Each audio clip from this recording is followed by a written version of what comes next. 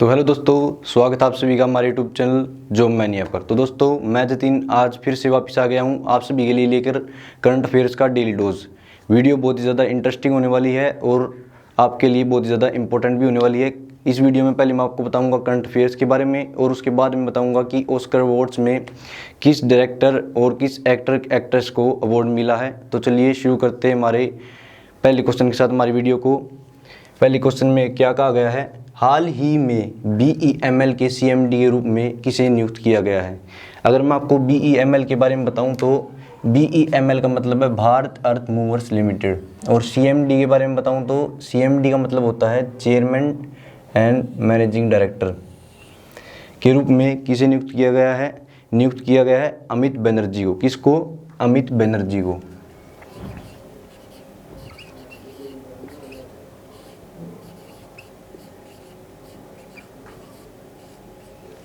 और अगर मैं आपको बताऊं अमित बनर्जी के बारे में, तो इन्होंने 1984 में BEML में बतौर इंजीनियर काम किया था। कब काम किया था? 1984 में बतौर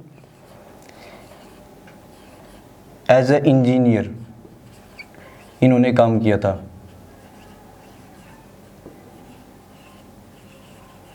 और इन्होंने IIT वाराणसी से अपनी इंजीनियरिंग की पढ़ाई पूरी की हुई है। IIT बनारस, सॉरी बनारस नहीं, वाराणसी, वाराणसी से की है। इसी के साथ बढ़ते अपने नेक्स्ट क्वेश्चन की तरफ। नेक्स्ट क्वेश्चन में क्या कहा गया है, चीन के पहले मंगल रोवर का नाम क्या है। चीन के पहले मंगल रोवर का नाम क्या है? अगर मैं आपको बताऊं तो इसका आंसर है ज्यूरोंग। क्या? ज्यूरोंग। चीन के पहले मंगल रोवर का नाम है ज्यूरोंग। ज्यूरोंग का मतलब क्या होता है? ज्यूरोंग का मतलब होता है अग्नि और युद्ध का देवता। किसका देवता? अग्नि और युद्ध का देवता। इनका ये पौराणिक मतलब है अग्नि और युद्ध का देवता। ये कहाँ पर गया हुआ है? इसने टेक ऑफ किया था कब? 2020 में, जुलाई 2020 में इसने टेक ऑफ किया था। और किससे अटैच है? तियांगजेन से। तियांगजेन 1।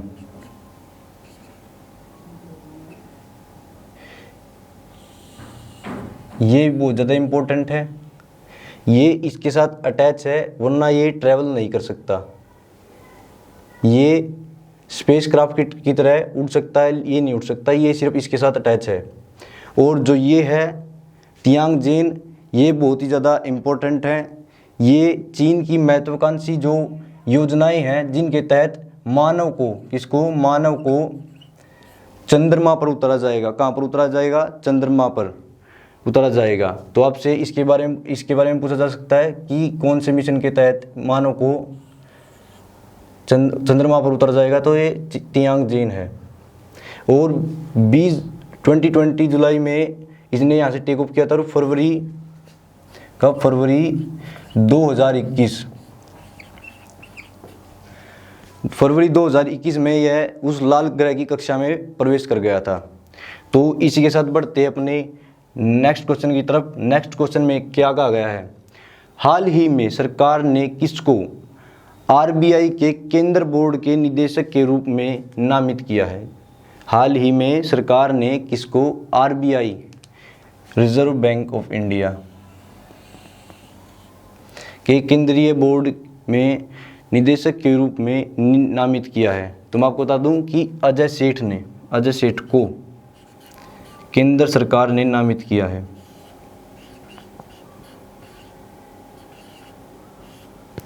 और अगर मैं आपको बताने लगूं कि इससे पहले कौन थे, इससे पहले थे तरुण बजाज।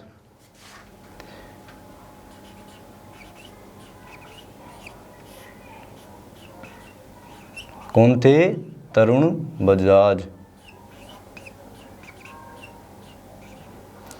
तरुण बजाज। और अब हैं अजय सेठ।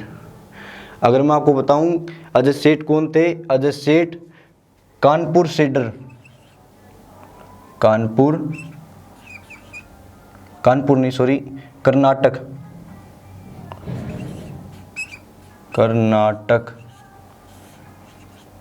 सेडर के 1987वें बैच की में आईएएस अधिकारी रह चुके हैं। 1987वें बैच में आईएएस अधिकारी रह चुके कौन? अजय सेठ,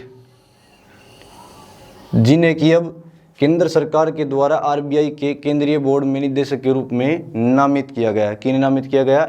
अजय सेठ को। और इनसे पहले कौन थे? तरुण बजाज। तो इसी के साथ बढ़ते अपने नेक्स्ट क्वेश्चन की तरफ। नेक्स्ट क्वेश्चन में क्या कहा गया है? विश्व कार्यस्थल सुरक्षा दिवस कब मनाया जाता है?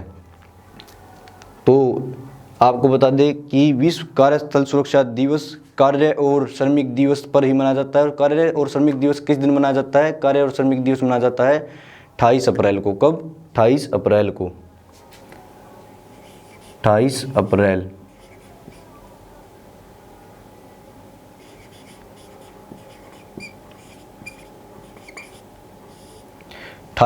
को। और ये किस लिए मनाया जाता है? यह उन लोगों को याद करने के लिए मनाया जाता है जो कि उन मजदूरों को, जो श्रमिक थे, मजदूर थे, जो किसी कार्य को करते वक्त मारे गए, कार्य संबंधी बीमारी या चोट के कारण जिनकी मृत्यु हो गई, उन सभी को याद करने के लिए ही कार्यस्थल और सुरक्षा दिवस को मनाया जाता है। और इसी दिन कौन सा दिवस मनाया जाता है? कार्य और श्रमिक दिवस। कार्य और श्रमिक दिवस। ये भी आपको ध्यान रखना है। आपके एग्जाम पॉइंट ऑफ व्यू से ये भी बहुत ज़्यादा इम्पोर्टेंट है और ये भी बहुत ज़्यादा इम्पोर्टेंट है। एग्जामिनर का कुछ नहीं पता, वो इसको भी पूछ सकता है और इसको भी पूछ सकता है।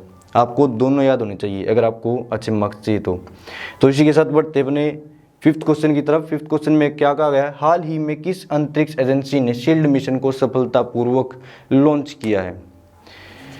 तो आपको मैं हिंट देता हूँ, उसी स्पेस एजेंसी से कल्पना चावला का नाम जुड़ा हुआ है।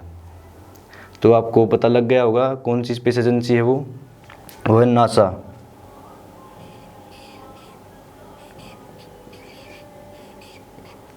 नासा ने शील्ड मिशन को सफलतापूर्वक लॉन्च किया है। अगर मैं आपसे पूछूं कि शील्ड मिशन क्या है,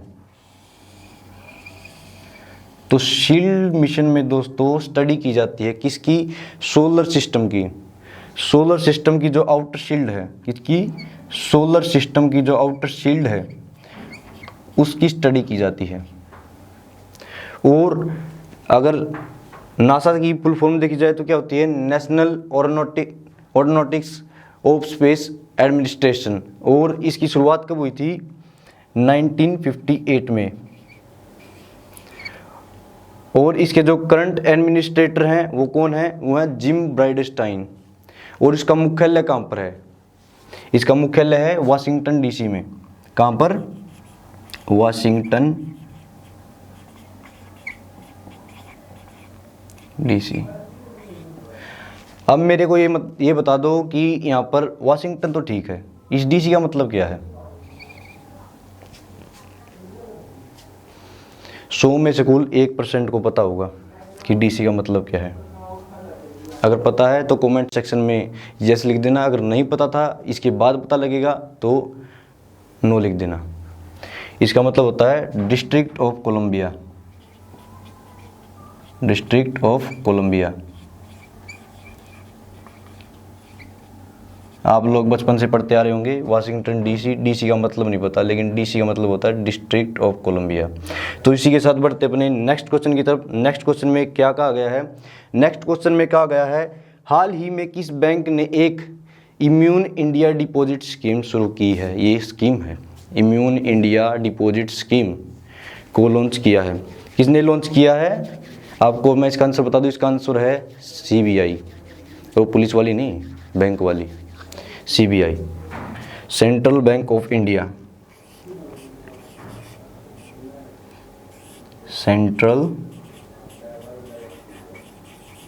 बैंक ऑफ इंडिया। इसकी शुरुआत कब हुई थी? इसकी शुरुआत हुई थी 1911 में। और इसका मुख्यालय मैं पूछ लूँ तो कहाँ पर स्थित है? इसका मुख्यालय स्थित है मुंबई, आमची मुंबई।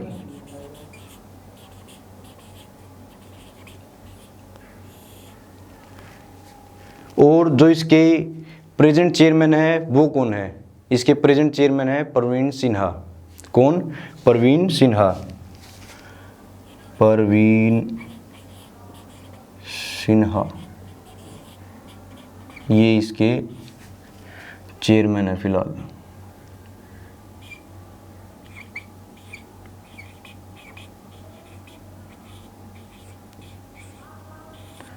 तो इसी के साथ बढ़ते अपने नेक्स्ट क्वेश्चन की तरफ। नेक्स्ट क्वेश्चन में क्या कहा गया है?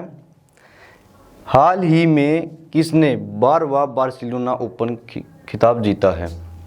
किसने जीता है? इसको मैं आपको इरेज करके ऊपर बता देता हूँ। अगर किसी को स्क्रीनशॉट लेना तो स्क्रीनशॉट ले सकता है।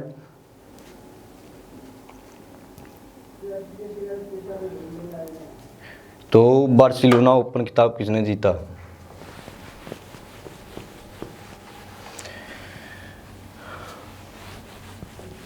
अगर आपको वीडियो पसंद आ रही है तो वीडियो को लाइक करें, और अगर पसंद नहीं आ रही तो ज़रूर डिसलाइक करें, और कमेंट में बताएं कि वीडियो में क्या कमी है, हम उसको सुधारने की कोशिश करेंगे। और अगर नहीं सुधरेगी कैसे नहीं, हम ज़रूर सुधारेंगे। तो यहीं पर बता देता हूँ आपको। बार्सिलोना ओपन राफेल नडाल ने जीता है। Rafael Nadal. और ये कहाँ से हैं? ये हैं स्विट्ज़रलैंड से। कहाँ से? स्विट्ज़रलैंड से।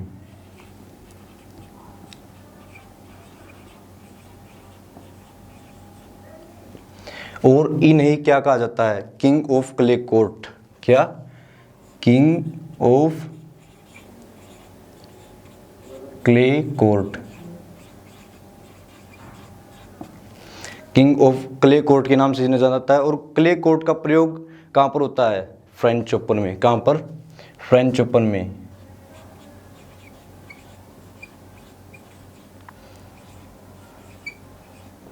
फ्रेंच ओपन में किंग ऑफ क्ले कोर्ट का प्रयोग होता है। और आपको बता दूं कि इससे रिलेटेड अगर क्वेश्चन आ जाए, किससे एग्जामिनर ने पूछ लिया, ये नहीं पूछा कि बार्सिलोना किसने जीता, बार्सिलोना ओपन पूछ लिया, ऑस्ट्रेलिया ओपन किसने जीता? Australia open. ऑस्ट्रेलिया ओपन जीता था नोवाक जोकोविच।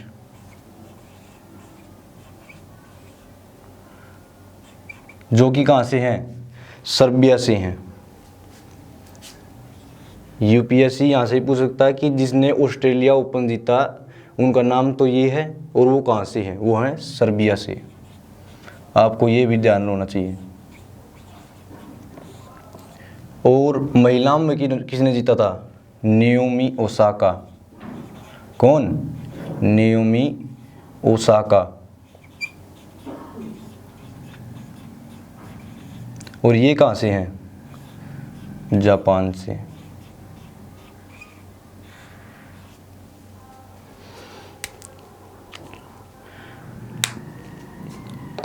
सो इसके बाद मैं आपको बता देता हूँ जो फ्रेंच ओपन है उससे भी क्वेश्चन आ सकता है, उसके बारे में मैं आपको बता देता हूँ कि फ्रेंच ओपन में किस पुरुष खिलाड़ी ने जीता और किस महिला खिलाड़ी ने जीता। अगर बात की जाए फ्रेंच ओपन में जीतने वाले पुरुष खिलाड़ी की तो कौन थे फ्रेंच ओपन में?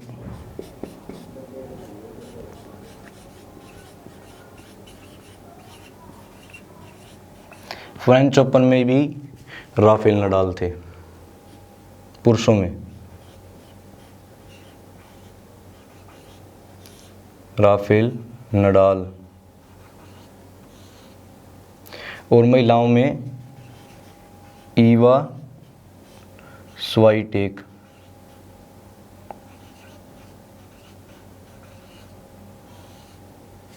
जो कि कहाँ से थी, स्पेन। तो इसके बाद मैं आपको बताता हूँ कि ऑस्कर अवार्ड्स किस डायरेक्टर, किस मूवी और किस एक्टर एक्ट्रेस ने जीते, वो भी मैं आपको बताता हूँ। वो भी आपके एग्जाम पॉइंट ऑफ व्यू से बहुत ज़्यादा इंपॉर्टेंट है। अब मैं आपको पढ़ाऊँगा ऑस्कर अवार्ड्स।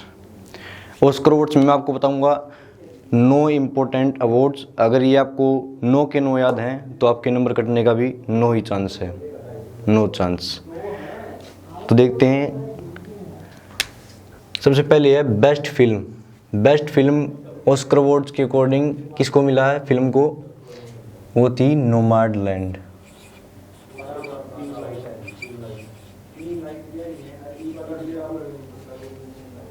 और इसके जो डायरेक्टर थे वो कौन थे, क्लो झाओ। और इसके बाद देखते हैं बेस्ट एक्टर कौन थे। बेस्ट एक्टर थे एंथनी हॉपकिंस। एंथनी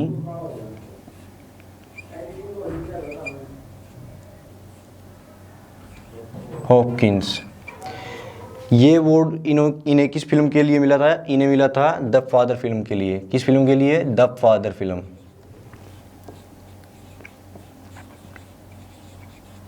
इसके बाद बेस्ट एक्ट्रेस अवार्ड किसे मिला था। बेस्ट एक्ट्रेस अवार्ड मिला था फ्रांसिस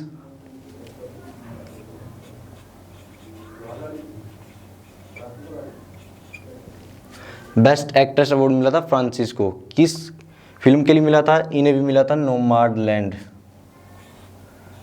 इस फिल्म के लिए मिला था नोमैडलैंड। इसके बाद बेस्ट डायरेक्टर कौन थे, बेस्ट डायरेक्टर थे एक बार फिर से इसी फिल्म का नाम आएगा, क्लो झाओ थे best director.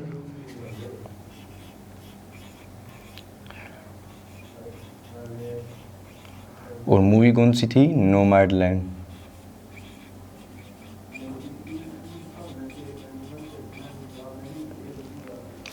Best supporting actor ये कौन थे। बेस्ट सपोर्टिंग एक्टर जो थे वो थे हमारे डैनियल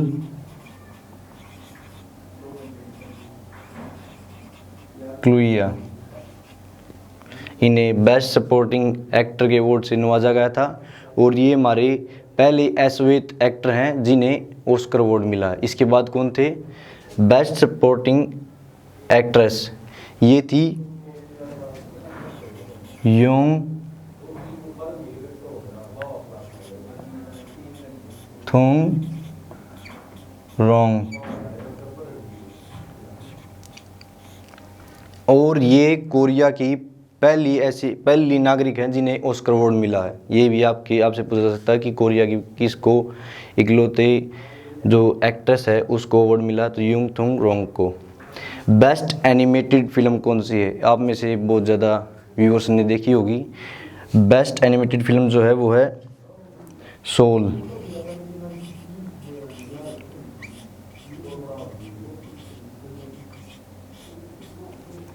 और जो बेस्ट एनिमेटेड शॉर्ट फिल्म थी वो थी if anything happen I love you. कौन सी थी, इफ़ एनीथिंग हैपन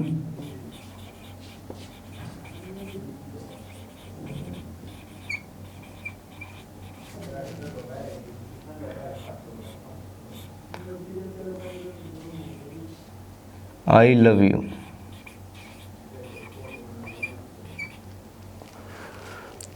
इसके बाद है कॉस्ट्यूम डिज़ाइन। कॉस्ट्यूम डिज़ाइन के लिए किन्हें अवार्ड मिला था, कॉस्ट्यूम डिज़ाइन के लिए अवार्ड मिला था एन रोथ को। Ann Roth. इनके बारे में भी एक फन फैक्ट है, इनकी उम्र थी 89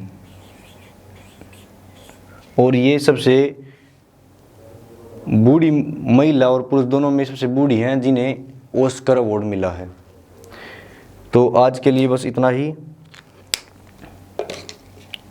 मैं आशा करता हूँ कि आपको मेरी वीडियो पसंद आई होगी। अगर आपको मेरी वीडियो पसंद आई हो तो भी हमारी वीडियो को लाइक करें और शेयर करें और चैनल को सब्सक्राइब करना ना भूलें। धन्यवाद। कल फिर मिलेंगे इसी समय पर, तब तक के लिए जय हिंद।